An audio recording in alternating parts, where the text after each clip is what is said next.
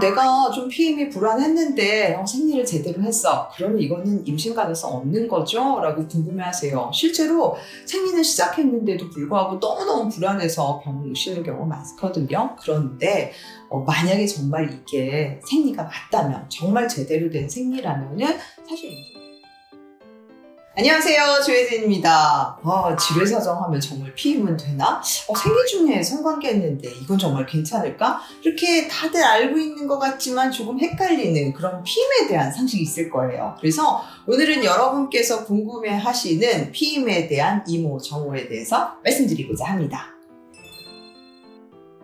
지뢰사정은 말 그대로 체외에 사정하는 걸 말해요. 사실 밖에 사정했다고 나 괜찮지 않을까 생각하는데 의외로 그렇지가 않습니다. 이 사정 전에 분비되는 쿠퍼에게도 일부 정자가 함유될 수 있기 때문인데요. 설마 이 쿠퍼에게 얼마나 많은 정자가 있겠어? 라고 하는데 이 똘똘한 한 마리의 정자만 살아남아서 수정까지 이른다면은 그거는 바로 피임 실패로 이루어질 수 있는 만큼 사실 굉장히 주의하실 걸 권합니다. 실제로 질외 사정의 피임 실패율은 일반적으로 했을 때는 한 20%, 아주 철저히 내가 질외 사정으로 피임을 한다고 하더라도 한 4%의 피임 실패율이 있습니다. 그래서 나는 처음에 임신해도 괜찮아 이런 생각 아니시라면 질외 사정으로 피임을 하는 거는 굉장히 위험할 수 있다는 거 강조드리고 싶습니다.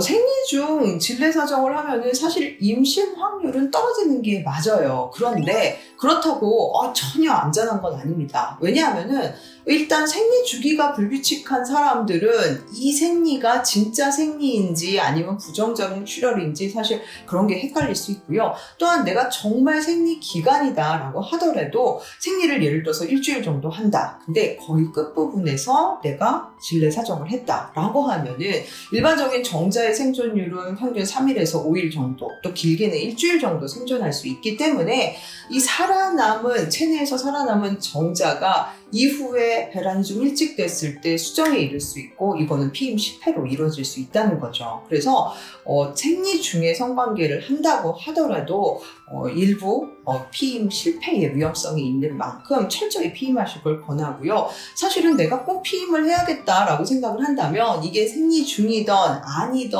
부정적인 줄이든 헷갈리지 말고 그냥 무조건 피임을 철저히 하실 걸 권해요.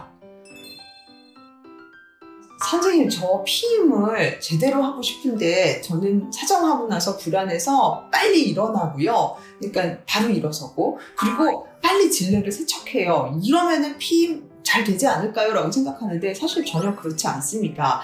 물론 누워있는 것보다는 바로 일어나는 편이 아무래도 중력의 영향을 무시할 수 없어서 이 정자가 자궁경부로 가는 것을 일부 방해는 할 수 있어요. 하지만 중요한 거는 자세가 아니라 바로 피임 방법입니다. 실제 있어서도 사정 후에 15분이 지났는데 자궁경부에서 정자가 관찰됐다라고 하는 논문도 있고요. 물론 바로 일어나는 게 일부 가능성은 있을지 모르지만 이거는 피임 방법이 아니에요. 그래서 누워있든 서있든 아니면 엎드려있든 이런 자세랑 상관없이 다른 피임 방법을 강구하셔야지 내 자세에 따라서 크게 피임의 효과가 차이가 있는 건 아니라는 점 명심하시기 바랍니다. 반대로 내가 임신을 원하는데 다리 올리고 오래 누워있어야 이거 임신에 도움이 되는 거 아닌가요? 라고 하시는데 이 정자는 운동성을 가지고 있습니다. 자궁경부를 향해서 직진하는 경향이 있기 때문에 잠시 누워있는 건 괜찮지만 다리 올린 채로 몇 시간이고 누워있어야 임신에 성공하는 건 아니고요. 똘똘한 정자 하나가 살아남아서 수정까지 이루는 것이기 때문에 중요한 건 자세가 아니라는 거 강조하고 싶습니다. 사정을 안 했는데 임신됐다는 분들 사실은 저는 봅니다. 가능성은 낮지만 사정 전에 분비되는 쿠퍼액에서도 정자가 있을 수 있습니다. 사실 실제 논문에 있어서도 사정 전에 분비되는 쿠퍼액에서 정자가 발견됐다라고 하는 논문도 있거든요. 그래서 나는 삽입선교는 했지만 사정은 안 했으니 괜찮을 거야 라고 안심하셔서는 절대 안 되고요. 쿠퍼액에서도 정자가 나올 수 있고 이로 인해서 피임 실패로 이루어질 수 있다는 점 명심하시기 바랍니다. 이 쿠퍼액이 뭐냐면은 사정 전에 성기 끝에서 분비되는 맑은 액체예요. 사실 왜 이런 액체가 분비되냐 하면은 요도에 남아있을 수 있는 이 소변의 산성 성분을 중화시켜서 정자가 빠르게 이동할 수 있도록, 말 그대로 정자가 이동하는데 도움을 주도록 하는 게 바로 이 쿠퍼액이라고 합니다. 그래서 사정 전 분비액 혹은 프리컴이라고도 하는데요. 이 쿠퍼액에서 직접 정자를 생성하는 건 아니에요. 하지만 요도에 남아있는 정자가 이 쿠퍼액이 나오면서 같이 밖으로 배출이 될 수 있기 때문에 바로 사정 전에 분비되는 쿠퍼액에서도 임신이 가능하다라고 말을 하는 건데요. 쿠퍼액에서는 이 정자가 있어서 임신 가능성이 있을 뿐만 아니라 사실 여러 가지 성매개성 질환의 감염 또한 가지고 있습니다. 예를 들어서 HIV, HPV 여러 가지 성매개성 질환 또한 쿠퍼액을 통해서 감염될 수 있는 만큼 내가 삽입선교를 했는데 사정을 안 했다라고 하더라도 절대 피임이나 성매개성 질환에 안심할 수 없다는 점 모두 다 염두하시기 바랍니다. 내가 좀 피임이 불안했는데 생리를 제대로 했어. 그러면 이거는 임신 가능성 없는 거죠? 라고 궁금해하세요. 실제로 생리는 시작했는데도 불구하고 너무너무 불안해서 병원 오시는 경우가 많거든요. 그런데 만약에 정말 이게 생리가 맞다면, 정말 제대로 된 생리라면은 사실 임신 가능성은 거의 없습니다. 이 생리라는 것 자체가 자궁 내막이 탈락되는 거기 때문에 사실 여기에 착상을 할 수가 없거든요. 그런데 피가 나왔다고 다 생리는 아니겠죠? 특히 생리 주기가 굉장히 불규칙적인 경우, 예를 들어서 다낭성 난소증후군을 비롯한 여러 가지 배란장애를 가지고 있는 경우에는 나는 생리라고 생각했는데 그날은 정말 생리일이 아닐 수 있습니다. 그리고 또 여러분들 굉장히 걱정하시는 것 중에 하나가 선생님 이거 착상혈 아닐까요? 라고 불안하시는 경우 많아요. 착상 때도 소량의 출혈이 생길 수 있다는데 이거 피 나오는 건 착상혈 아닐까요? 라고 걱정을 하시는데요. 네, 사실은 피가 나왔다고 피임이 되는 건 아니기 때문에 내가 생리 양이 다소 적거나 아니면 생리할 때 안 됐는데 피가 나온 걸 가지고 그냥 생릴 거야 괜찮아 라고 이렇게 함부로 간과하셔서는 안 됩니다. 그래서 내가 정말 평소의 생리왕과 동일한 시기와 동일한 양으로 충분한 양을 배출했다면 걱정할 필요가 없겠지만 평소와 생리 주기가 달랐거나 특히 양이 매우 소량이거나 아니면 생리불순을 가지고 있는 경우에는 출혈이 있다고 하더라도 피임이 성공적으로 되게 아닐 수 있기 때문에 꼭 테스트를 해보실 걸 권해요.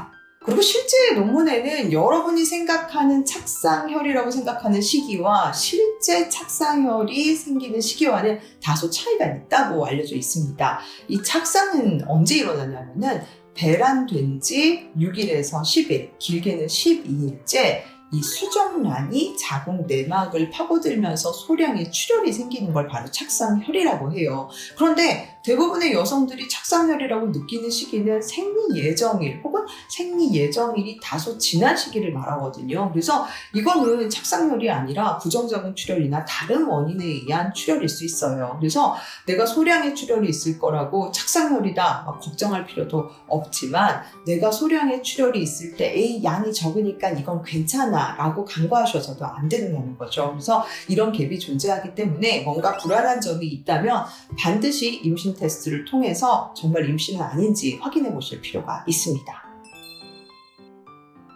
선생님, 콘돔이 빠졌어요. 근데 이거 정말 제대로 피임된 거 맞을까요? 제가 콘돔이 빠지긴 했는데 정액이 안 새도록 잘 이렇게 뺐어요 라고 하는데 이거는 절대 간과하시면 안 돼요. 일단 콘돔이 빠졌다라고 하면 피임 실패로 간주하시고요. 응급피임약이나 혹은 기타 응급피임법을 하셔야 됩니다. 그래서 콘돔이 빠졌는데 정자가 소량만 들어가도 임신될 수 있는 만큼 일단 콘돔이 빠져버렸다라고 하면 얼른 오셔서 응급피임에 대해서 상담하시면 좋을 것 같아요. 콘돔은 제대로 사용한다면 피임 성공률이 98%나 이를 정도로 굉장히 피임 성공률이 높은 건 사실입니다. 하지만 의외로 젊은 친구들 특히 제대로 사용 안 하는 경우 굉장히 많아요. 그래서 콘돔의 실패가 높은 이유는 바로 제대로 착용하지 않아서인데요. 일단 첫 번째 수칙, 나는 성기가 삽입되기 전에 콘돔을 반드시 착용한다. 이게 굉장히 중요하고요. 두 번째는 콘돔 착용할 때 정액바지에 공기가 들어가지 않도록 잘 손으로 누른 후 그 다음에 콘돔을 끼운다라는 거 중요하고요. 세 번째는 사정된 직후에는 콘돔을 얼른 뺀다라는 거 굉장히 중요합니다. 가끔 이런 철저한 수칙을 잘 안 지키는 경우가 있어요. 즉 삽입성교를 하다가 사정하기 직전에 콘돔을 착용하는 거, 이거는 사정 전에 분비되는 쿠퍼에게 정자가 있을 수 있기 때문에 특별히 주의하셔야 되고요. 또 나는 잠깐 쉬었다가 다시 성관계를 할 때 이 정액바지에 에어가 그대로 들어가 있는 경우 굉장히 많아요. 이런 경우에는 콘돔이 손상이 초래할 수 있어서 피임 실패로 이루어질 수 있습니다. 그리고 사정하고 난 다음에는 남성의 성기가 작아져요. 그럴 때 그냥 콘돔을 착용한 채로 있다가는 나중에 성기만 쏙 빠지고 콘돔은 그대로 체내에 남는 경우가 있어서 정액이 흘러들어갈 수 있습니다. 그래서 콘돔을 착용하고자 할 때는 철저히 이 수칙을 잘 지키실 걸 권합니다. 콘돔은 피임 실패율이 일반적으로 했을 때는 13%, 철저히 했을 때는 2%의 피임 실패율을 가져요. 그래서 굉장히 높은 피임 성공률을 적용하지만 근데 잘 못 쓰는 경우에는 얼마든지 임신이 가능하기 때문에 제대로 숙지하고 착용 방법을 알고서 사용하실 걸 권해요. 성관계 하고 나서 잠시 쉬었다가 두 번째 성관계 할 때는 임신 성공률이 낮다는데, 그러니까 전 피임 대충 해도 되지 않을까요? 라고 생각하는데 절대 그렇지 않습니다. 정자는 한 마리만 똘똘하게 살아남아 가도 결국은 수정에 이를 수 있기 때문에 소량은 괜찮겠지, 많지 않은데 괜찮겠지 하는 아니란 생각은 피하셔야 되고요. 특히 첫 번째 성관계 후 요도에 남아있던 정자가 그 다음 성관계 시에 질내 사정을 안 했더라도 쿠퍼액을 통해서 질내로 삽입될 수 있는 만큼 어쨌든 간에 성관계는 첫 번째든 두 번째든 세 번째든 연속적으로 성관계를 할 때도 다 철저하게 피임을 하셔야 되고요. 가끔 이제 콘돔 첫 번째 착용하고 다소 그냥 착용하고 있다가 두 번째 성관계일 때도 그냥 착용하는 경우가 있는데, 사실 이건 원칙적으로 금하실 걸 권해요. 왜냐하면은 성기가 작아졌다 다시 커지는 과정에서 이 정액바지에 공기가 들어갈 수 있고요. 그래서 나중에 이제 성관계 후에 손상이 가해지거나 피임 실패로 이루어질 수 있고요. 또 하나는 내가 두 번째 성관계 할 때 이 콘돔은 사실 위생적으로도 좋지 않아요. 그래서 원칙적으로 콘돔은 첫 번째, 두 번째 성관계 할 때 새 것으로 교체하셔서 사용하실 걸 권해요. 선생님, 저는 성경험이 처음이었는데 처음인데 미숙해서 뭐 이게 임신이 될까요? 라고 생각하는데 처음이던 끝이던 중간이던 그거 중요하지 않고요.